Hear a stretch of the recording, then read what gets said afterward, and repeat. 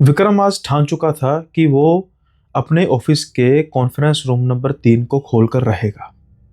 जब से ये ऑफिस बना था, तब से ये रूम बंद था और इसको लेकर जो किस्सा प्रचलित था और जो हो रहा था विक्रम के साथ, उसका डायरेक्ट लिंक था।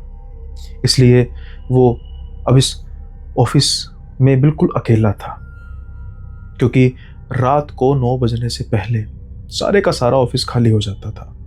ये बात विक्रम को भी समझाई गई थी, लेकिन विक्रम जिन बातों से परेशान था वो अब और इन चीज़ों को सह नहीं सकता था। इसलिए वो डिसाइड कर चुका था कि वो उस कमरे को खोल कर रहेगा, लेकिन वो तो लॉक लगा हुआ था। शायद विक्रम की किस्मत कुछ अच्छी थी। अब जो वो कमरे की तरफ बढ़ता है और बस एक बार जो नोब है, हैंडल है, उसको नीचे करता है तो हैरानीजनक तौर पर वो कमरा खुल जाता है। विक्रम सोचता है कि इतने सालों से ये रूम अनलॉक था और हम सब ये सोचते रहे कि ये रूम तो लॉक्ड है। खैर, जैसे ही वो उस कमरे को खोलता है, उस कमरे में जो दर्दनाक किस्सा हुआ था, उसका सारे का सारा जो दृश्य है उसके सामने मानो जैसे फिल्म की तरह चलने लग पड़ता है। उस कमरे की मनहूसियत उसको साफ महसूस हो रही थी और जैसे ही उसके कंधे पर कोई हाथ रखता है, एक सर्द हाथ, मानो जैसे ये विक्रम का अंतिम समय था। मौत उसको दस्तक दे चुकी थी। जैसे ही विक्रम मुड़कर देखता है, उसके रोंगटे खड़े हो जाते हैं। अब शुरू हो चुका था मौत का खेल। लेकिन कौन है विक्रम? क्या है उस कॉन्फ्रेंस रूम नंबर 3 का किस्सा? किस ऑफिस की बात हो रही है? कहाँ की बात हो रही है? शुरू करते हैं आज के किस्से में, लेकिन उससे पहले जो चैनल पर नए हैं, गुजारिश है आपसे कि सब्सक्राइब करना मत भूलिएगा। साथ के साथ ही लाइक और हाइप सभी कर दीजिएगा। कमेंट बॉक्स में ज़रूर बताइएगा जब आपको किस्सा कैसा लगा सुनने के बाद, और शेयर तो करना भी बनता है। विक्रम गुरुग्राम में किसी पहले छोटी सी कंपनी में नौकरी कर रहा था। एक जगह पे इंटरव्यू देता है, जो बहुत बड़ी कंपनी तो थी नहीं, लेकिन कम से कम जिस कंपनी में काम कर रहा था उससे तो ठीक ही थी। आईटी कंपनी थी। कुछ समय बाद विक्रम के मेल पर ऑफर लेटर आता है। एचआर का फ़ोन आता है। विक्रम की खुशी की सीमा नहीं रहती और उसको रिज़ाइन डालने के लिए कह दिया जाता है कि भाई आप अपनी जो करंट कंपनी है उसमें रिज़ाइन कर सकते हैं। यार, नोटिस पीरियड सर्व होता है और अब विक्रम पहुंचता है ज्वाइनिंग के लिए। जब वो ज्वाइनिंग करने जाता है, बिल्डिंग की तरफ देखता है गुरुग्राम की। वो बिल्डिंग 5 मंजिला बिल्डिंग थी और बेहद खूबसूरत देखने में। और उसको बताया जाता है कि जो 3rd फ्लोर है वो एचआर का सारा डिपार्टमेंट है और जो 4th फ्लोर है वो होगा इनका वर्क स्टेशन। 5th फ्लोर जो था वो तकरीबन अभी कंस्ट्रक्शन हो रही थी वहाँ पर और इसलिए वो तैयार नहीं था। सो विक्रम जब एचआर के डिपार्टमेंट में ज्वाइनिंग करने जाता है और उसको उसके बाद बताया जाता है कि आप इस तारीख को ज्वाइन कर सकते हैं और 4th फ्लोर आपका होगा, यानी कि आपका वर्क स्टेशन होगा, और देन उसके बाद जो फॉर्मेलिटीज़ होती हैं सभी। अब जब विक्रम अगले दिन ज्वाइनिंग के लिए आता है और एक चीज़ महसूस करता है जो उसने कल भी की थी। उसको लगा था कि शायद ये इत्तेफाक हो सकता है, कोई लिफ्ट में पहले भी गुजरा होगा और उसके ही परफ्यूम की खुशबू होगी। लेकिन आज जब विक्रम उस लिफ्ट में एंटर करता है और लिफ्ट में जाता है तो उसको सेम वही परफ्यूम की खुशबू सूंघने को मिलती है जो उसने कल बिल्कुल महसूस की थी। ये बात थोड़ी सी अनयूजुअल तो थी एटलीस्ट विक्रम के लिए, कि यानी कहने का मतलब कि अब मैं जब लिफ्ट में आया हूँ, कितनी देर तक परफ्यूम की खुशबू हो सकती है? तो कहीं ना कहीं हो सकता है आज भी वो पर्सन, शायद ये लड़की की परफ्यूम की खुशबू है, लेडीज़ परफ्यूम की खुशबू है, तो हो सकता है कि हो जॉब वगैरह करती हो। फिर भी इसने बात को ज़्यादा नहीं लिया अपने सर पर। और अब जब लिफ्ट खुलती है 4थे फ्लोर के लिए, कल जब वो 3rd फ्लोर में गया था उसको ऐसी कोई फीलिंग नहीं आई। जब वो 4th फ्लोर में कदम रखता है लिफ्ट से निकलकर, उसको ऐसा लगता है कि जैसे कोई और भी लिफ्ट से निकला है, लेकिन उसके अलावा तो कोई था भी नहीं। अब वो 4th फ्लोर के अंदर एंटर करता है। बिल्कुल नॉर्मल सा दिखने वाला ऑफिस, जैसे आईटी के ऑफिस होते हैं, वर्क स्टेशंस बने हुए थे। देखता है कि बिल्कुल आखिर में एक लगा हुआ था, एक टैग लगा हुआ था राहुल शर्मा टीम लीड, जिसको मिलना था, जो इसके बॉस थे। अब वो देखता जा रहा था कि conference room number 1, conference room number 2, conference room number 3। Conference room number 1 में कुछ एम्प्लॉयज़ बैठे हुए थे, कॉन्फ्रेंस रूम नंबर 2 में कुछ एम्प्लॉयज़ बैठे थे, लेकिन कॉन्फ्रेंस रूम नंबर 3 बंद था, जिसको कोई लग नहीं रहा था कि खास तौर पर बंद किया हो, बस वैसे ही बंद था, लोग था।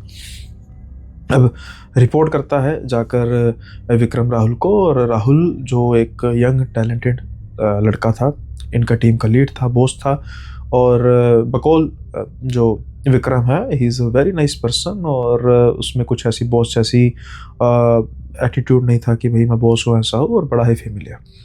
खैर, अब राहुल पहले सारी टीम के साथ इनको इंट्रोड्यूस कराते हैं, जिसमें जो मैं स्टाफ, मोटा मोटा स्टाफ की बात करूँ, जो एक प्रोजेक्ट इनको लीड करना था, और इनको प्रोजेक्ट लीड का मिला था, तो उसमें नेहा थी, इसके अलावा उसमें अभिषेक था, और इसके अलावा एक और लड़का था, संजय। ये 3 लोग थे जो फिलहाल टीम के तौर पर काम करने वाले थे, और चौथे नंबर पर विक्रम आ चुका था। तो अभी इंट्रोडक्शन करने के बाद राहुल कहते हैं कि चलो यार कैबिन में बैठकर कॉफ़ी पीते हैं। तो अभी विक्रम बैठ जाते हैं उनके कैबिन में, और थोड़े बहुत रूल्स वगैरह बताना शुरू करते हैं। कहते हैं कि भाई देख, पहला रूल है कि एग्जैक्ट 8:55 पर ऑफिस को खाली कर देना। अब जैसे ही ये बात सुनते हैं, विक्रम को कहते हैं कि सर यानी मतलब कुछ है यहाँ पे, कहने का मतलब कि कुछ पर्टिकुलरली रूल है या कुछ? अरे नहीं, हमें कंपनी की तरफ से हिदायत है कि 8:55 पर एट एनी कॉस्ट ऑफिस को खाली कर देना है। कोई भी 8:55 से ज़्यादा यहाँ पर बैठेगा नहीं, और इनकेस अगर काम पूरा नहीं हुआ तो आप घर पर कर सकते हैं, लेकिन ऑफिस में नहीं बैठना। घर पे करना चॉइस है आपकी, अदरवाइज ऑफिस में तो बिल्कुल नहीं बैठना। तो ये हंस के कहते हैं, राहुल सर आईटी में तो भाई जान नहीं छोड़ देते हैं, आपको भी पता है कितने कितने आवर का वर्क होता है, और यहाँ पर तो मैंने सुनकर मुझे बड़ा खुशी भी हुई, लेकिन अजीब लगा। तो राहुल कहते हैं कि चलो खुशी तक ही रहने दो, अजीब क्यों लगना। देन उसके बाद राहुल कहते हैं कि देखो विक्रम, तुम यहाँ पर काम करने आए हो, तुम्हारा जो ट्रैक रिकॉर्ड मैंने पता कराया है वो काफ़ी अच्छा है, और उसके बेसिस पे मैं कह रहा हूँ कि बस अपने काम में ध्यान रखना, कोई भी आसपास की गॉसिप, किसी भी चीज़ पर कोई भी ध्यान देने की कोई ज़रूरत नहीं। उसको लगता है विक्रम को कि ये ऑफिस का कल्चर होता है, पॉलिटिक्स होती है, एक दूसरे पर बैक बाइटिंग होती है, कई एक दूसरे के रिगार्डिंग बातें की जाती हैं। शायद जो ये कहने की कोशिश कर रहे हैं उन्हीं बातों का एक हिस्सा हो सकता है शायद, इसलिए ये कोई ज़्यादा तवज्जो देते नहीं, और कहते हैं नो प्रॉब्लम सर, जैसा इस कंपनी के रूल रेगुलेशंस हैं, जैसे इस कंपनी के जो असूल है, मैं उसी के अनुसार काम करूँगा, डोंट वरी। खुश हो जाते हैं ये बात सुनकर, और उसके बाद फिर ये कहते हैं कि ठीक है, आज ज्वाइन करो अपनी टीम, एक फॉर्मल इंट्रोडक्शन कर दिया है, बाकी थोड़ी बहुत बात करनी शुरू करो।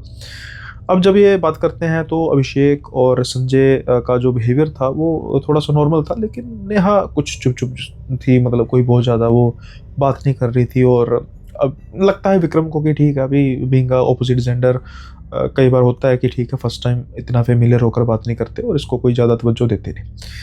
लेकिन अब कुछ ऐसी चीज़ें थी जो नोटिस खास तौर पर कराई जाने लग पड़ी थी विक्रम को। शुरू में विक्रम को ये महसूस होता था कि शायद ये किसी तरीके का प्रैंक हो सकता है, या मुझे किसी तरीके की डराने की कोशिश हो सकती है, लेकिन ऐसा था नहीं। एक तो विक्रम को ये बताया गया था कि 7 साढ़े 7 बजे के बाद आप इस फ्लोर का वॉशरूम नहीं यूज़ कर सकते, आपको 3rd फ्लोर पे जाना पड़ेगा। तो विक्रम ने जस्ट पूछा कि एनी इशू? कहता है नहीं, एक्चुअली क्या बात है कि यहाँ पर ना तकरीबन 7 साढ़े 7 बजे के बाद कोई सफाई करने आता नहीं है, तो गंदगी फैल जाती है, तो हमने यही डिसाइड किया है कि 7 साढ़े 7 बजे के बाद या तो हम 3rd फ्लोर पे जाके वॉशरूम यूज़ करेंगे, या फिर कंट्रोल कर लेंगे। विक्रम हंस के कहता है भाई कंट्रोल क्यों करना, अगर नीचे जाके हमने भी कौन सा वैसे ही जाना, लिफ्ट पे जाना है, गुड है। दूसरी एक बात ये नोट करते थे कि ठीक 8 बजे इनको एक आवाज़ सुनाई देती थी, जैसे धमक पड़ती है ना छत पर, वैसी आवाज़ होती थी, और एकदम से चौंक के ये देखते हैं कि कुछ एम्प्लॉइज़ हैं जो इस चीज़ को नोटिस कर रहे हैं, लेकिन उसके बावजूद भी ये इसको दरकिनार कर रहे हैं। अब क्या कुछ हो रहा है इसके बारे में एक आधे दिन बाद ये जब नोटिस करते हैं, शुरू शुरू में तो इनको ये चीज़ का अंदाज़ा नहीं था कि ठीक 8 बजे ऐसी चीज़ होती है। अब कुल मिलाकर 3 से 4 चीज़ें इनके साथ रेगुलर बेसिस पर होने लग पड़ी, जिनके बारे में इनको मैं कह सकते हैं कि नोटिस तो शुरू में नहीं किया, लेकिन अब इसको नोटिस करना इनकी मजबूरी बन गई। वो चीज़ ये थी कि जब भी ये 4th फ्लोर में आते थे तो इनको लिफ्ट में खुशबू आती थी, सेम वही खुशबू जो इनको पहले दिन से आ रही थी। और जब ये 3rd फ्लोर में लेट्स से किसी काम से जाते तो बिल्कुल इनको फ्री महसूस होता, ईजी महसूस होता, लेकिन जब ये 4th फ्लोर में जाते तो इनको थोड़ा सा भारीपन महसूस होता, कोई पास से गुजरा। पहली चीज़ ये। दूसरी चीज़ ये कि जो इनके ऑफिस का टेम्परेचर था वो इवन कि एसीज के बंद होने के बावजूद भी बहुत ठंडा रहता था, बहुत कम रहता था टेम्परेचर, यानी कि बिल्कुल सर्दी वाला माहौल ही बन जाता था। तो ये इन्होंने एक दो बार जो होते हैं सारे टेक्नीशियंस वगैरह उनसे बात की कि भाई एसी का टेम्परेचर थोड़ा बढ़ाओ। वो कहते हैं कि सर हमने बढ़ाया भी है, अब तो 27-28 तक लेकर गए हैं, तो इसके बावजूद इतनी ठंड क्यों रहती है ये आज तक किसी को पता नहीं था। और ऊपर जो 5th फ्लोर था वहाँ पर भी कोई कंस्ट्रक्शन ऐसी नहीं थी कि छत बनी हो, कंस्ट्रक्शन हो रही थी जिसकी वजह से वो खाली था, यानी कि धूप सीधा ऊपर पड़ती थी छत पर, तो यहाँ पर तो गर्मी ज़्यादा होनी चाहिए थी। तीसरी चीज़ जो इन्होंने नोटिस की एज यूजुअल, जो 8 बजे इन्होंने टाइमर लगाना शुरू कर दिया कि भाई ठीक 8 बजे एक धमक की आवाज़ आती है जो बड़ी अनयूजुअल है, क्योंकि अगर कोई कंस्ट्रक्शन का काम चल भी रहा हो तो 8 बजे तो कोई वहाँ पर होगा नहीं। ये 3 चीज़ें खास तौर पर इन्होंने नोटिस की। और चौथी चीज़ जो इन्होंने नोटिस की कि कॉन्फ्रेंस रूम नंबर 1 बिल्कुल नॉर्मल जब जाते थे, कॉन्फ्रेंस रूम नंबर 2 बिल्कुल नॉर्मल जब जाते थे, कॉन्फ्रेंस रूम नंबर 3 थोड़ी सी सर्दी ज़्यादा लगती थी इनको, यानी निकलते ही एक लहर जाती थी और इनको सर्दी ज़्यादा लगती थी। इस बात को मैं ऐसे एक्सप्लेन कर सकता हूँ कि मैं अपना एक पर्सनल एक्सपीरियंस बता सकता हूँ जो कि मुझे भी आज तक समझ नहीं आया। जब मैंने अपनी नौकरी की शुरुआत की थी तो मेरे होम टाउन से 30 किलोमीटर दूर जो एक कस्बा था वहाँ पर मेरी जॉब लगी थी, और मैं तब बाइक पर ही ट्रैवल करता था। और ये मैंने ऑलमोस्ट सर्दियों में ज्वाइन किया था, तो सर्दियों में ही बाइक वगैरह चलाकर मैं जाता था और बाइक से ही आता था। अब क्या होता था कि वैसे तो ठंड थी, सर्दियों में तो कोई इतना खास पता नहीं लगा, लेकिन जब गर्मियाँ आनी शुरू हुई, हवा हल्की होनी शुरू हुई, हवा गर्म होनी शुरू हुई, सिर्फ एक पॉइंट, कुछ ही सेकंड भी नहीं कह सकते, 1 सेकंड का, जैसे मेरी बाइक निकल गई है, ये गई है, और ये जो पॉइंट है सिर्फ इतना सा, उस गर्म हवा में मुझे एकदम ठंडी हवा महसूस होती थी, बिल्कुल एक पॉइंट पर, 1 सेकंड पर, और फिर ख़त्म। और ये ऐसा नहीं है कि एक बार 2 बार, जितनी बार भी वहाँ से गुजरूँ ऐसा ही महसूस होता था। मैंने एक बार अपने कुलीग को भी कहा कि हम दोनों साथ में बाइक चलाकर जाते हैं, और इस पॉइंट को मैंने नोट किया हुआ था। उस पॉइंट पर जब भी हम गुजरते थे उसको भी महसूस होता था। मैंने उस पॉइंट रास्ते को पिन पॉइंट किया हुआ, कभी मैं उस रास्ते से गुजरूंगा तो मैं आपको थोड़ा सा उसका वीलॉग बनाकर दिखाऊंगा। और जब भी मैं मतलब ये बात है 2011 के लास्ट की, जब सर्दियां थी, तो 12 के कह सकते हो आप, मई से लेकर जून तक का सिलसिला था। उसके बाद मेरी ट्रांसफ़र हो गई थी। इन 2012 से लेकर अब 2025 है, इन रास्तों पर मैं बाइक पर तो नहीं गुजरा, लेकिन 2-3 बार मैं गाड़ी से गुजरा हूँ। जब भी मैं गाड़ी से गुजरा हूँ तब भी मुझे वो सेम चीज़ महसूस हुई। तो कुछ ना कुछ तो है उस जगह पे, इसके अलावा मुझे कुछ नहीं हुआ। तो ये जो चीज़ है कैबिन वाली, cabin number 3, conference room number 3, तो उसको मैं कोरिलेट कर पाता हूँ कि जब भी उस कॉन्फ्रेंस के बिल्कुल सामने से निकलेंगे तो थोड़ी ठंडी और हवा महसूस होती थी आसपास की हवा से। ये एक और उन्होंने और चीज़ को नोटिस किया।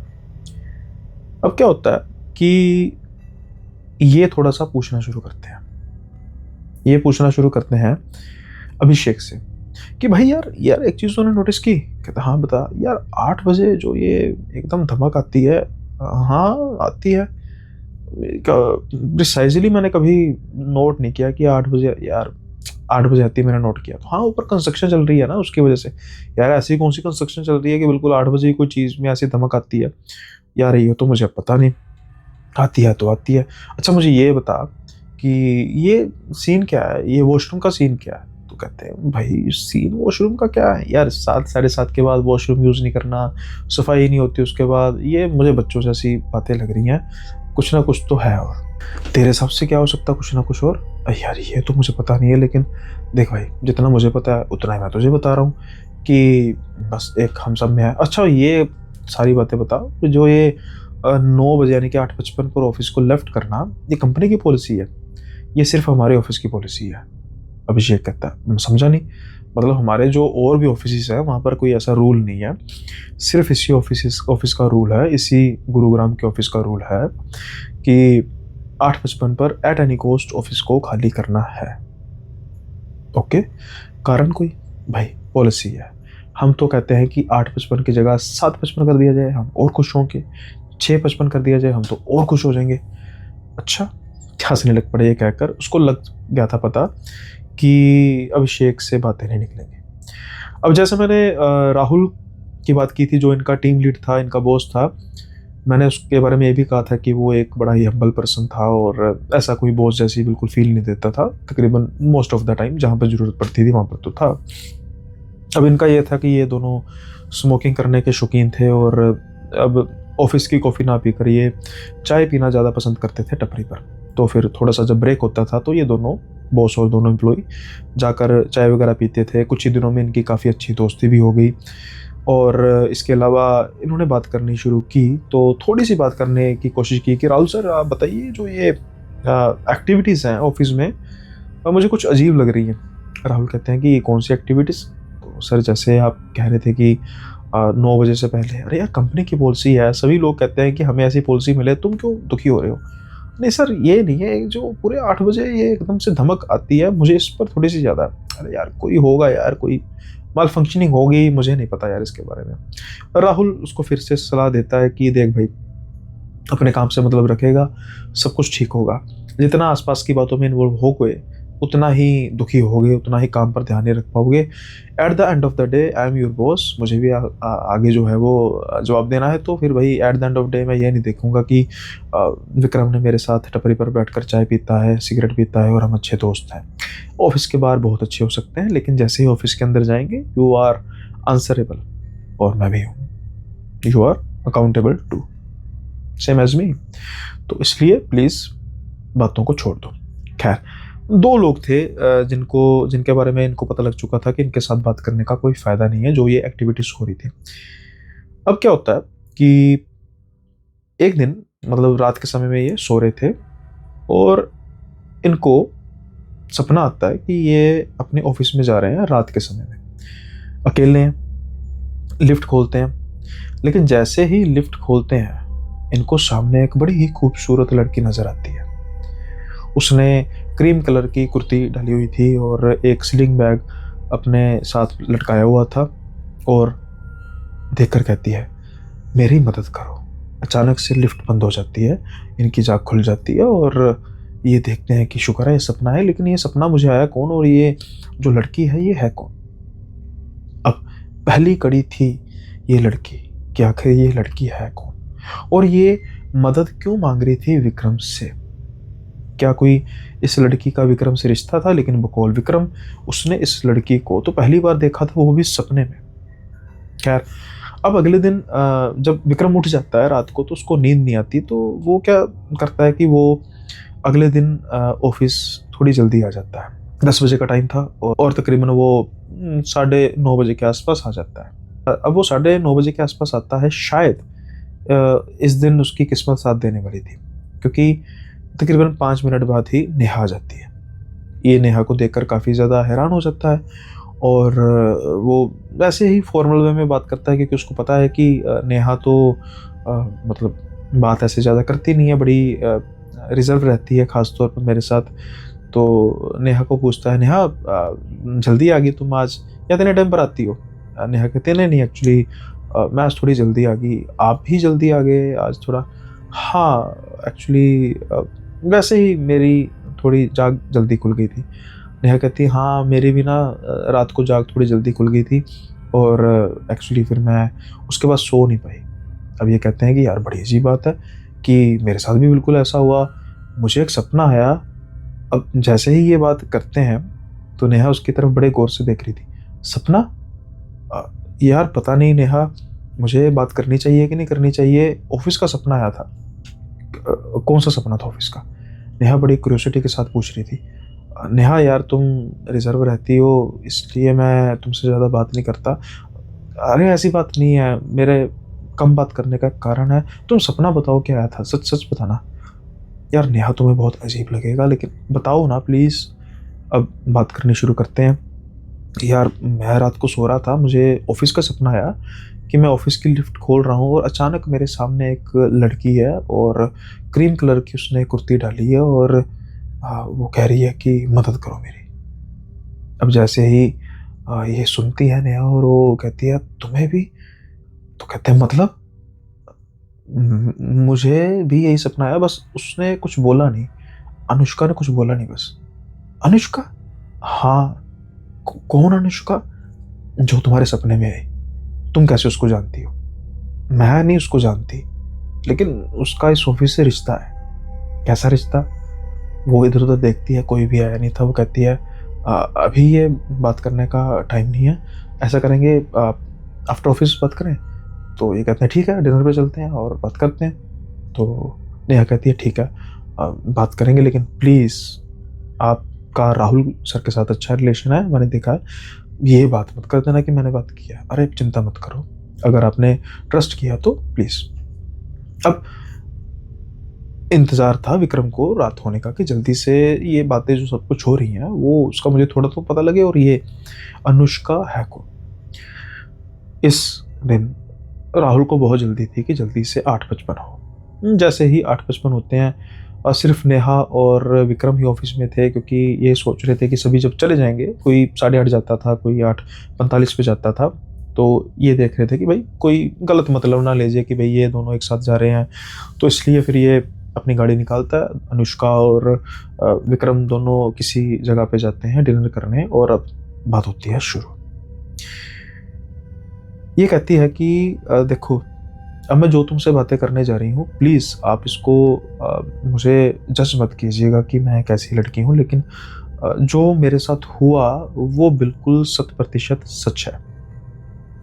विक्रम कहता है कि आप बिल्कुल आराम से मुझसे बात करो, कोई दिक्कत वाली बात नहीं।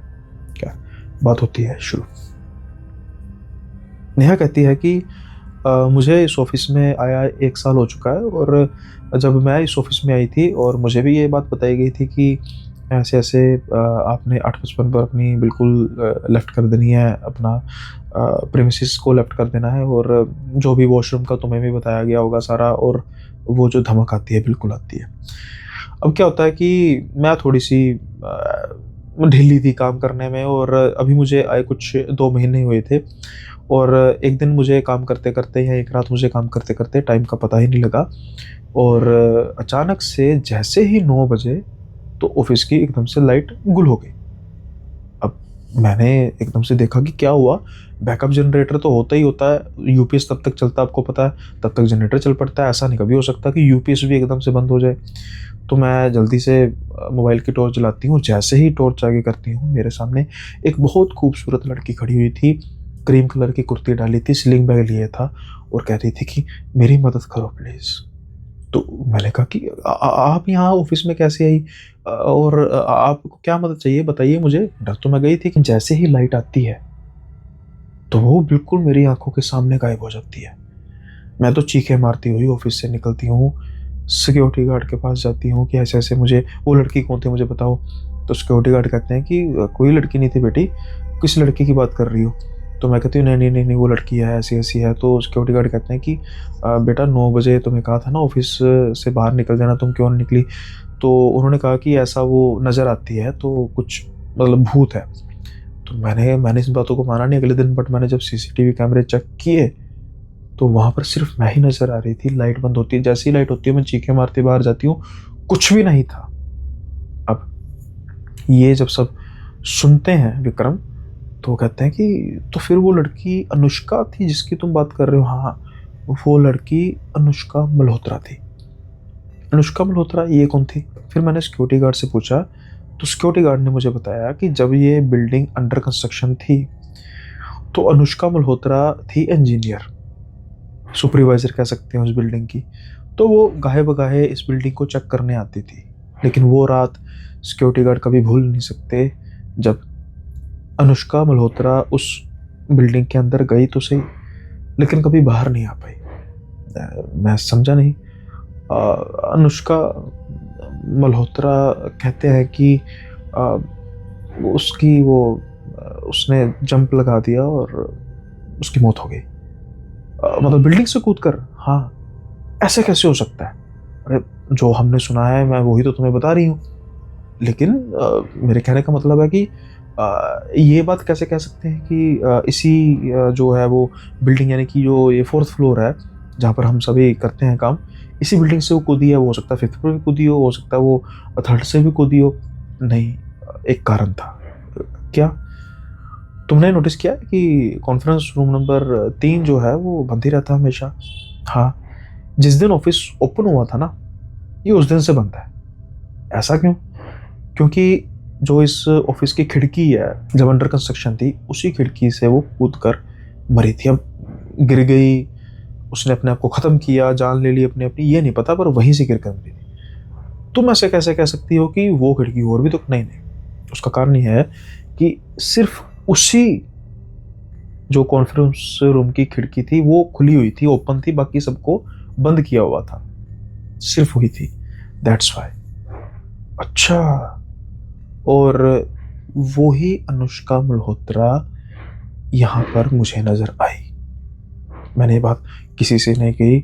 मैं बस उसके बाद वही ऑफिस से 8:30 से निकल जाती हूँ, और जो भी ये चलता है सब कुछ 8 बजे, वॉशरूम वाला, लिफ्ट वाला। लिफ्ट तुम्हें भी महसूस होती है? हाँ, ये किसी किसी को महसूस होती है विक्रम, मुझे महसूस होती है। मैंने अभिषेक से पूछने की कोशिश की, बातों बातों में राहुल सर से भी पूछने की कोशिश की, और संजय से भी पूछने की कोशिश की। वो कहते हैं हमें तो महसूस नहीं होती। अब क्या होता है, इस बात का पता लगाने के लिए फिलहाल जब ये इनकी बात ख़त्म हो जाती है तो विक्रम भी कहते हैं कि भाई फिर मदद वाला सीन क्या है, कि मुझसे मदद? कहते हैं ये नहीं मुझे पता, लेकिन उसने 1-2 बार ऐसे जब मुझे सपनों में भी आई मदद, पर उसकी आने बंद होगी। तो तुम डरती नहीं हो? अरे यार बहुत डरती हूँ। तो फिर जॉब तूने क्यों नहीं छोड़ी? अरे इतनी अच्छी सैलरी मिल रही थी और अपॉर्चुनिटी और कोई है नहीं है, तो इतनी बात से तो भाई अब तो मैं रूल फॉलो कर रही हूँ, मुझे कोई समस्या नहीं आ रही। खैर, ये बात यहीं पर ख़त्म हो जाती है। और अब क्या करता है विक्रम, इस चीज़ की तफ्तीश करने के लिए वो एक दिन राहुल के साथ जब लिफ्ट में होता है तो राहुल को कहता है कि सर ये स्मेल बड़ी अच्छी आ रही है, मैंने कई बार इस स्मेल को फील किया है, तो लगता है कोई यहाँ पर या तो एचआर में कोई है जो बड़ा अच्छा परफ्यूम यूज़ करती है। राहुल कहते हैं कौन सी स्मेल? सर ये देखो इतनी अच्छी स्मेल आ रही है। राहुल, नहीं मुझे तो कोई स्मेल नहीं आ रही। सर पक्का? पता नहीं मुझे क्यों आ रही है। खैर, ये अब अपने कैबिन में चले जाते हैं और काम करना शुरू कर देते हैं। एक दिन इनकी मीटिंग हो रही होती है और राहुल वैसे ही कह रहा होता है कि ये कॉन्फ्रेंस रूम नंबर 1 में या फिर 2 में ही करते थे मीटिंग, 3 तो बंद था। अब इसके बारे में बस यही थी धारणा कि शुरू से ही बंद है। मौका मिल जाता है विक्रम को बात करने का। राहुल कहते हैं कि यार ये कॉन्फ्रेंस रूम में ना मीटिंग कर करके थक गए हैं, मैं सोच रहा हूँ एक दिन ना जगह चेंज करते हैं। तो वो कहते हैं कि टीम में से कहते हैं कि बताओ कहाँ जाए। तो विक्रम कहता है कि सर अरे 1 में करते हैं, 2 में करते हैं, 3 में कर लेते हैं, 3 नंबर में। तो राहुल बड़ी गंभीरता से उसकी तरफ देखता है। विक्रम तुम्हें पता नहीं है क्या? क्या सर? रूम नंबर 3 बंद है। सर खोल देंगे। अरे परमानेंटली बंद है भाई। क्यों सर? भाई ये मुझे नहीं पता, जब से ऑफिस ओपन हुआ तब से ये बंद है। विक्रम को इस चीज़ का पता था, वो ज़्यादा सवाल जवाब करना नहीं चाहता था, क्योंकि शायद राहुल भी भान चुका है कि विक्रम को कुछ ना कुछ तो पता है, लेकिन वो जानबूझकर बताना नहीं चाहता, इसलिए चुप हो जाता है, जस्ट फॉर कंफर्मेशन। अब विक्रम कड़ियों से कड़ियों को जोड़ रहा था। वो क्या थी? एक इंजीनियर जो कि शायद बड़ी होनहार रही होगी, वो गाहे बगाहे चेक के लिए आती थी, और एक दिन वो आई और उसकी मृत्यु होगी। ये बात है आज से 4 साल पहले। अब केस जो है वो बना था कि वेदर जो लड़की है वो गिरी है, उसका पाँव है मतलब लड़खड़ाया है और गिर गई, या फिर दूसरा केस है कि उसने अपने आप को ख़त्म कर लिया। ये 2 चीज़ें मेन सामने आ रही थी और केस क्लोज था। अब ये अगर ऐसा कुछ होता तो अनुष्का मदद क्यों मांग रही थी, अनुष्का मल्होत्रा की आत्मा मदद क्यों मांग रही थी, ये मेन बात थी। शायद विक्रम को इसीलिए चुना गया था क्योंकि नेहा ने डर के मारे इस बात को अपने दिमाग से निकाल दिया, लेकिन विक्रम के मन में रह रह के ये बात आ रही थी। अब एक रात विक्रम सो रहा था आराम से और उसको फिर से सपना आता है। सपने में वो देखता है कि वो अपने कैबिन में बैठा हुआ है, अपने वर्क स्टेशन पे बैठा हुआ है, और अचानक से उसको पीछे कोई ऐसा लगता है कि वो खड़ा है। जैसे ही वो अपनी रिवॉल्विंग चेयर को रिवॉल्व करके देखता है, और उसके सामने बहुत ही एक सुंदर सी लड़की अनुष्का मल्होत्रा खड़ी थी और वो कह रही थी मदद करो मदद। ये कह के वो गायब हो जाती है। फिर से ही उठता है, इसको लगता है कि पता नहीं यार ये क्या है मेरे साथ हो रहा है, ये कुछ साइकोलॉजिकली है, लेकिन ऐसा कैसे है, क्योंकि आज से पहले अनुष्का मल्होत्रा को मैं जानता नहीं था, उसके केस के बारे में मुझे पता नहीं था, लेकिन वो सपने में मुझे पहले आ गई, पहले आके मिल चुकी है। अब वो थोड़ी बहुत जांच पड़ताल कराना शुरू करता है कि क्या उसका कोई रिलेशनशिप का ब्रेकअप था, तो फिर ये पता लगता है कि अनुष्का शर्मा तो एंगेज थी, उसकी कोई 3 महीने के अंदर शादी होने वाली थी। ये बात उसको काफ़ी हैरान की है कि भाई ये क्या चीज़ है, ये कैसे हो सकता है कि एक लड़की जिसकी शादी होने वाली है वो अपने आप तो नहीं अपने आप को ख़त्म करेगी, क्या कोई लड़ाई हुई थी। अब इसके बाद फिर वो थोड़ी सी और जांच पड़ताल करनी शुरू करता है। जैसे तैसे एड्रेस निकाल कर वो अनुष्का मल्होत्रा के घर पहुंचता है। घर उसके माँ बाप से मिलता है, इंट्रोड्यूस कराता है कि ऐसे ऐसे, बात नहीं करता कि उसकी आत्मा ऐसे करे, बस वैसे कहता है कि मैं ऑफिस में आया था, कुछ ऑफिस में मुझे चीज़ों का पता लगा, तो उससे पता लगा कि ऐसे अनुष्का मल्होत्रा नाम की लड़की थी जिसकी ऐसे डेथ हुई थी, तो बस मुझे अपनापन सा महसूस हुआ, इसलिए मैं आपसे इस चीज़ का दुख जाहिर करने के लिए आया हूँ, अफसोस करने आया हूँ। फिर उन्होंने बातों बातों में पूछा कि वो अनुष्का की एंगेजमेंट जिससे हुई थी, तो वो, हाँ वो तो बड़ा ही भला लड़का था बेटा, तो अभी भी वो उसने शादी वगैरह करा ली? नहीं नहीं, देखो मैं इसलिए तो कह रही हूँ ना, भला लड़का था, उसने इस गम से अभी तक शादी नहीं कराई, अभी हमारे कॉन्टेक्ट में है, हम उसको कहते हैं कि बेटा क्या किया जा सकता है, लेकिन वो मूव ऑन ही नहीं हो रहा। वो कह रहा है कि नहीं, अनुष्का जिस तरीके से गई है वो बहुत गलत है, उसके साथ इंसाफ नहीं हुआ। तो ये कहते हैं कि हमें समझ नहीं लगा आप कहना क्या चाह रही हो बेटा, बातें बहुत गहरी हैं। अब ये बातों बातों में उसका फैंसे था मनीष, उसका नंबर ले लेते हैं और ये फ़ोन करते हैं। फ़ोन करके ये कहते हैं कि ऐसे ऐसे मैंने ज्वाइन किया है, और जो इस ऑफिस के साथ एक दुकान था, मैं उसके रिगार्डिंग आपसे बात करना चाहता हूँ। अनुष्का मल्होत्रा के मैं पेरेंट्स से भी मिला हूँ, लेकिन मैं उनके पेरेंट्स के साथ बात नहीं कर पाया जो मैं आपसे करना चाहता हूँ। तो वो कहते हैं कि मैं समझा नहीं। तो कहते हैं कि भाई मुझे ऐसे सपनों में वो आती है नज़र, और ऐसे ऐसे, क्या तुम बता सकते हो कि कुछ तुम्हारे साथ भी ऐसा हुआ है? वो कहते हैं कि भाई मैं आपकी बात पर विश्वास कर सकता हूँ, मुझे पता है कि अनुष्का की आत्मा को शांति नहीं मिली, लेकिन हम कर ही क्या सकते हैं। क्यों, क्या हुआ? देखो यार, जो लोग इस हादसे में, या कह सकते हैं इस खून में इन्वॉल्व हैं, वो बड़े ही ऊपर के लोग हैं और हम कुछ नहीं कर सकते। तो क्या अनुष्का का मर्डर हुआ था? हाँ, मर्डर हुआ था उसका। तुम कैसे कह सकते हो इतने यकीन से? मैं तुम्हारे व्हाट्सएप पर कुछ चीज़ें भेजता हूँ, थोड़ा सा आइडिया तुम्हें लग जाएगा। ये कहते हैं ठीक है, मुझे इंतज़ार रहेगा। कुछ घंटे की इंतज़ार के बाद इनको कुछ इमेजेस आती हैं व्हाट्सएप पर, कुछ 17-18 इमेजेस थी जो डायरी के पन्नों के फ़ोटो लग रहे थे, जो शायद अनुष्का लिखती थी, और मुनीश ने वो रख लिए। उस पर लिखा था कि जैसे उसने अपने पर्सनल लिखे हुए थे, जैसे लोग डेली के लिखते हैं, हफ्तावार लिखते हैं, महीनावार लिखते हैं, वैसे ही अनुष्का ने कुछ अपने लिखे हुए थे नोट्स, और उसमें लिखा था कि आज घर वाले मेरी शादी कराना चाहते हैं, उन्होंने मुनीश के साथ मेरा रिश्ता तय कर दिया है। मैं खुश तो बहुत हूँ, वो बड़ा अच्छा लड़का है, लेकिन मैं शादी नहीं कर सकती उससे। उसके बाद लिखा था कि आज मैंने बात कर ही दी शुभेंदु से कि मुझे जैसे तैसे करके अपनी बनाओ, मुझसे शादी करो, डिवोर्स लो अपनी पत्नी से, तुमने मुझसे वादा किया था। उसके बाद फिर अगले नोट्स आते हैं कि शुभेंदु शायद मेरा इस्तेमाल कर रहा था, अब मैं उसके पास कभी नहीं जाऊंगी।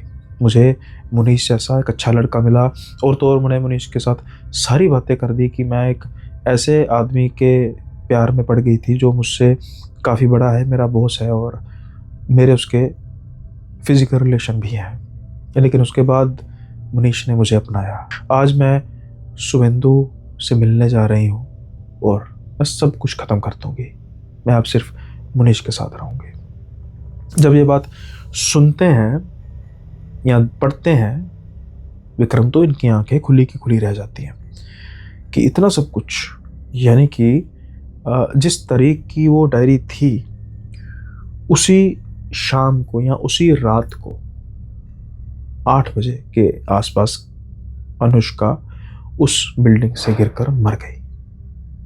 यानी कि ये साफ था कि वो उस दिन अपने बॉस यानी शुभेंदु से मिलने जा रही थी। क्या वो इस बिल्डिंग पे मिलने गई? लेकिन जो वहाँ के आई विटनेस थे वो कह रहे थे कि सिर्फ और सिर्फ अनुष्का ही वहाँ पर गई थी। इसलिए या फिर वो ऐसा हो सकता है कि उसने कहीं मिली हो शुभेंदु से और वहाँ पर उनकी लड़ाई हुई और अनुष्का गुस्से में यहाँ पर आकर अपने आप को ख़त्म कर लिया हो। लेकिन अनुष्का की डायरी से ये बातें पता लग रही थी कि वो अपनी नई ज़िंदगी को लेकर होपफुल थी, मुनीश को लेकर होपफुल थी। इतनी जल्दी वो कैसे अपने आप को ख़त्म कर सकती है?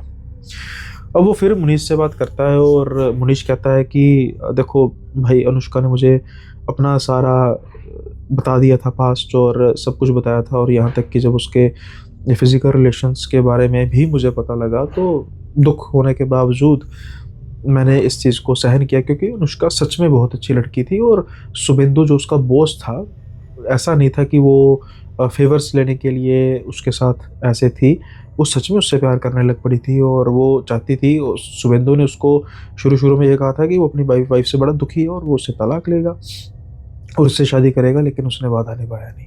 इसी जो वादे के एवज में उसने उसके साथ फिजिकल रिलेशन भी बनाए और वो इस चीज़ को लेकर काफ़ी दुखी थी। खैर, अब ये बात जब होती है तो मुनीश का कहने का मतलब था कि कहीं ना कहीं शुभेंदु का हाथ है, क्योंकि अनुष्का ने मुझे ये बताया था कि शुभेंदु मेरे पीछे पड़ा है। वो कह रहा है कि मैं तुझसे शादी भी नहीं करूँगा और तुझे जाने भी नहीं दूंगा। यानी कि वो कहीं ना कहीं अनुष्का को मिस्ट्रेस बनाना चाहता था, जो कि बेहद ही गलत बात थी।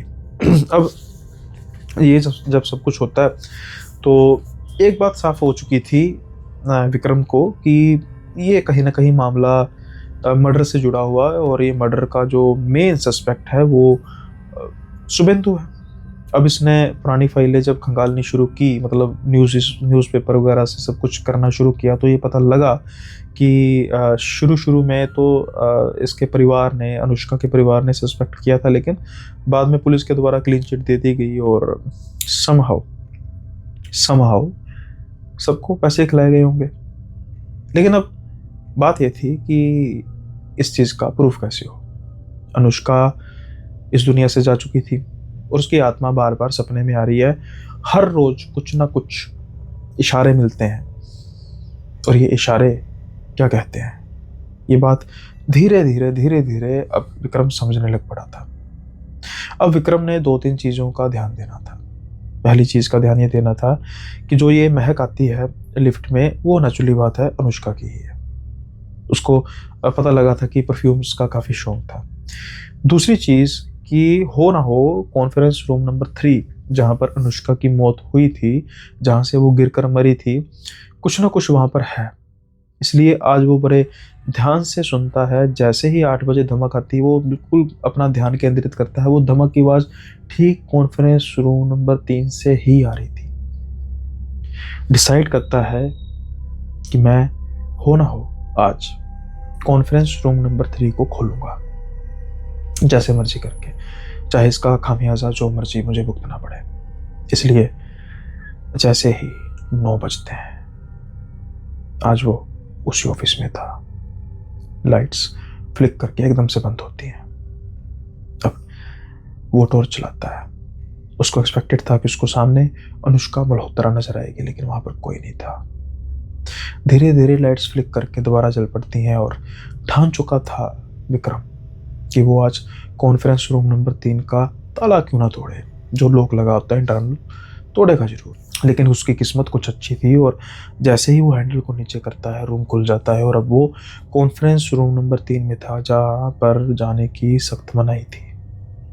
जैसे ही वो उस कमरे के अंदर एंटर करता है, उसको एक मनहूसियत सी महसूस होती है, जैसे मानो एकदम से उसके मन में ख्याल आता है कि अनुष्का की मौत का मंजर इसी कमरे में उस बेचारी की मौत हुई थी। क्या वो गिरी थी?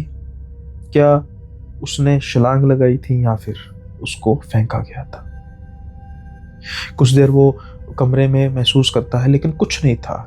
सामने खिड़की थी और खिड़की के आगे शहर का कुछ हिस्सा नजर आ रहा था, बस यही तो था। लेकिन अचानक से उसके कंधे पर कोई हाथ रखता है, बेहद सर्द हाथ। उतना ही सर्द शरीर हो जाता है विक्रम का, क्योंकि उसको महसूस हो रहा था कि हो ना हो पीछे अनुष्का ही है। लेकिन जैसे ही वो पीछे मुड़ के देखता है, उसके रोंगटे खड़े हो जाते हैं। अभी कुछ ही सेकंड पहले उसके कंधे पर सर्द हाथ पड़े थे, पर जैसे ही वो घूमता है, कुछ नहीं था सिवाय हल्के हल्के अंधकार के। घबरा जाता है पूरा और वो जल्दी से नीचे की ओर भागता है। जैसे ही लिफ्ट से बाहर आकर वो गार्ड साहब के पास जाता है। हाँफ रहा था, काफ़ी डरा हुआ था। गार्ड कहते हैं, बेटा तुझे पहले ही कहा था कि 9 बजे से पहले पहले नीचे आ जाना है। ये कहते हैं कि गार्ड बाबा मुझे एक बात बताओ, जब जब ये अनुष्का मल्होत्रा की डेथ हुई थी तो सिक्योरिटी गार्ड कहते हैं नहीं नहीं बेटा, मैं तो तब नहीं था। तो कौन था? अब तो वो जॉब छोड़ चुका है, उसके बाद उसने जल्दी जॉब छोड़ दी थी। पता है कहाँ पर है? नहीं नहीं। अच्छा मुझे बताओ, उसके सीसीटीवी फुटेजेस तो थे? बेटा वो थे, लेकिन उस समय के डिलीट हो गए। कैसे किए? किसने किए? नहीं पता। अब फिर कैसे पता लगेगा कि अनुष्का के साथ हुआ क्या? वो कहते हैं कि बेटा बहुत से लोग जानते हैं अनुष्का के साथ हुआ क्या, लेकिन जब पैसा होता है तो फिर पैसे की चलती है। शुभेंदु ने पुलिस को, सबको पैसा खिलाया और इस मर्डर को, हत्या को आत्महत्या का नाम दे दिया। अब ये बात तो क्लियर हो चुकी थी कि कुछ ना कुछ तो था। विक्रम एक जो अनुष्का थी वो चाहती थी कि विक्रम मदद करे और विक्रम ठीक उसी तरीके से मदद कर रहा था। लेकिन विक्रम भी पशोपेश में था कि आखिर वो कैसे मदद करेगा। एक मर्डर केस, क्या आत्मा की कोई सुनवाई है कोर्ट में? नहीं, बिल्कुल नहीं। तो फिर कैसे कैसे करेगा वो? कैसे इंसाफ दिलाएगा अनुष्का को? खैर, कहते हैं कि जब नीयत अच्छी हो तो नीति भी साथ देना शुरू कर देती है। आज फिर परेशान होकर सोता है विक्रम। अचानक से फिर अनुष्का उसके सपने में आती है और कहती है, 5th फ्लोर, वहाँ है राज। ये कहकर वो गायब हो जाती है। अब सुबह होते ही बस उसके मन में था कि मैं 5th फ्लोर जाऊंगा और देखूंगा क्या है, लेकिन पता लगता है कि 5th फ्लोर तो बंद पड़ा है। उसके जाने का मेन रास्ता कोई नहीं है, लेकिन हाँ एक फायर एग्जिट तो है। अब वो फायर एग्जिट की तरफ जाता है 5th फ्लोर में और ठीक उसी जगह पर पहुंचता है जहां पर 3rd फ्लोर से आवाज आती थी। आसपास देखता है, दीवारें थी, कोरी दीवारें थी और उसको बिल्कुल कोरी दीवारों के बीच में एक चीज नजर आती है। किसी प्लास्टिक जैसी कोई चीज थी और जैसे ही वो उसको खुरेद कर देखता है, वहां पर एक मेमोरी कार्ड पड़ा था। ये क्या? ये कहां से आया? किसने रखा? खैर, लाखों सवाल थे, लेकिन उनके जवाब इस मेमोरी कार्ड में हो सकते थे। ये अच्छी तरीके से जानता था विक्रम। अब वो विक्रम वैसे ही गार्ड से पूछता है कि गार्ड साहब, ये 5th फ्लोर जो है ये कब से बन रहा है? तो कहते हैं कि जब से बिल्डिंग बन रही थी। तो ये कहते हैं कि फिर ये तैयार क्यों नहीं हुआ? कहते बेटा पता नहीं, जब से अनुष्का की मौत हुई है ना, तब से 5th फ्लोर कंप्लीट नहीं हो पाया। ऐसे कैसे? ये जब भी स्टार्ट करते हैं कंस्ट्रक्शन, कुछ ना कुछ अनहोनी हो जाती है। यहाँ पर 1-2 मजदूर भी वैसे गिर कर मरे हैं। अच्छा, ओके। रात के समय या दिन के समय में? ये तो नहीं पता बेटा, मैं पता सुना था तब, मेरे आने से पहले की बातें, तब से ये बस ऐसे ही है। शायद उसको पता लग चुका था विक्रम को कि क्यों कंस्ट्रक्शन रुकी थी, क्योंकि एक सबूत था जो किसी भले आदमी ने छुपा कर रखा था, जो अपनी जुबान तो नहीं खोल सकता था डर की वजह से, ताकि उसको और उसके परिवार को कोई समस्या ना आए। और जब रात के समय में देखता है, वो मेमोरी कार्ड को लगा के सच सब सामने आ जाता है। सीसीटीवी की वो फुटेजेस जो डिलीट हुई थी वो सब सामने आ जाती हैं। कैसे वो लिफ्ट में आती हैं, शुभेंदु उसका इंतज़ार कर रहा था। कुछ देर वो जो तीसरी कॉन्फ्रेंस का रूम है वहाँ से बिल्कुल साइड से कैमरा नज़र आ रहा था, जो बिल्कुल बालकोनी के पास खड़े होकर ये पहले कुछ नॉर्मल बातें कर रहे थे, फिर उनमें कुछ झगड़े जैसी ऐसा होता है और उसके बाद वो शुभेंदु बड़ी बेरहमी से उसको नीचे फेंक देता है और जल्दी से बाहर निकल जाता है। बस इतना काफ़ी था उसको सजा दिलाने के लिए। अब विक्रम एनोनिमस बनकर ये जो चिप है, किसी के जरिए, किसी समाज सेवी के जरिए, ऐसी एनजीओ के जरिए जिसका रुतबा था, जिसको कोई हाथ नहीं लगा सकता था, पहुंचा देता है उस थाने। और उसके बाद खुलासा होता है खुलासा ऐसी हत्या का, ऐसे मर्डर का, जिसको महज एक दुर्घटना बताकर बंद कर दिया गया था। अनुष्का मल्होत्रा की आत्मा को शांति मिल चुकी थी, कहीं ना कहीं उसको मुक्ति भी मिल चुकी थी, क्योंकि उसके बाद कभी भी अनुष्का मल्होत्रा सपनों में नहीं आई विक्रम के। उसका मंगेतर भी खुश था, अब वो भी मूव ऑन होने की सोच रहा था, क्योंकि जो उसकी पत्नी होने वाली थी वो तो रही नहीं, लेकिन उसकी आत्मा कहीं ना कहीं आज भी भटक रही थी और वो मुक्त हो चुकी थी। और उसके माँ बाप दुखी तो थे, लेकिन एक तसल्ली थी कि उनकी बेटी को इंसाफ मिला। और कहीं ना कहीं विक्रम, जो कि एक सॉफ्टवेयर इंजीनियर है, वो डिटेक्टिव भी बन गया। ये किस्सा मुझे एक मेरे बड़े ही प्यारे भाई ने भेजा है और वो थोड़ा बहुत लिखने का काम भी करते हैं। आपको ये फिक्शनल लगेगा, फिक्शनल हो भी सकता है, लेकिन सच बताना कि क्या अनुष्का मल्होत्रा सच्चाई नहीं है इस समाज की। ऐसी कई सैकड़ों हजारों अनुष्का मल्होत्रा ऑफिस में काम कर रही है, जो एक्सप्लॉइट हो रही हैं अपने बॉसेस से, जिनका शोषण किया जाता है। कई ऐसी लड़कियां जिनको बताया जाता है कि उन्होंने अपने आप को ख़त्म कर लिया, लेकिन सच में वो आत्महत्या नहीं होती, वो खून होता है, कत्ल होता है। ये किस्सा कहीं ना कहीं फिक्शनल जरूर हो सकता है, लेकिन इस किस्से का जो मूल है वो फिक्शनल नहीं है। आज मैं जब आपसे ये बात कर रहा हूँ, ऐसी कई घटनाएं दुनिया में कई जगह पे घट रही होंगी। ये किस्सा उन्हीं घटनाओं का मूल है। ऐसी कई अनुष्का मल्होत्रा आज भी इसी इंतजार में है कि कोई उनका इंसाफ करेगा, लेकिन उनके मुजरिम ऐश कर रहे हैं, किसी और को शिकार बना रहे हैं। आपका क्या ख्याल है इसके बारे में? जो लड़कियां खास तौर पर काम करती हैं वर्क प्लेस में, वो भी बता सकती हैं कि उनको कई प्रकार की मुश्किलों का सामना करना पड़ता है। ये लड़कियां जरूर बताएं कि क्या ऐसा सच में होता है। इंतज़ार रहेगा आपके कमेंट्स का और साथ के साथ ही आपके फीडबैक का भी। कैसा लगा आपको आज का किस्सा? उम्मीद है पसंद आया होगा। मानने को फिक्शन भी मान लीजिए, लेकिन सच्चाई तो है ना, सच तो है। एक कड़वा सच, हमारे समाज का घिनौना सच, हमारे समाज का घिनौना चेहरा। उम्मीद है समझ पाएंगे आप। तो आज का एपिसोड यहीं पे ख़त्म करते हैं। जल्दी मिलेंगे अगले एपिसोड में नए किस्सों के साथ। तब तक के लिए बाय बाय, अपना ख्याल रखिएगा।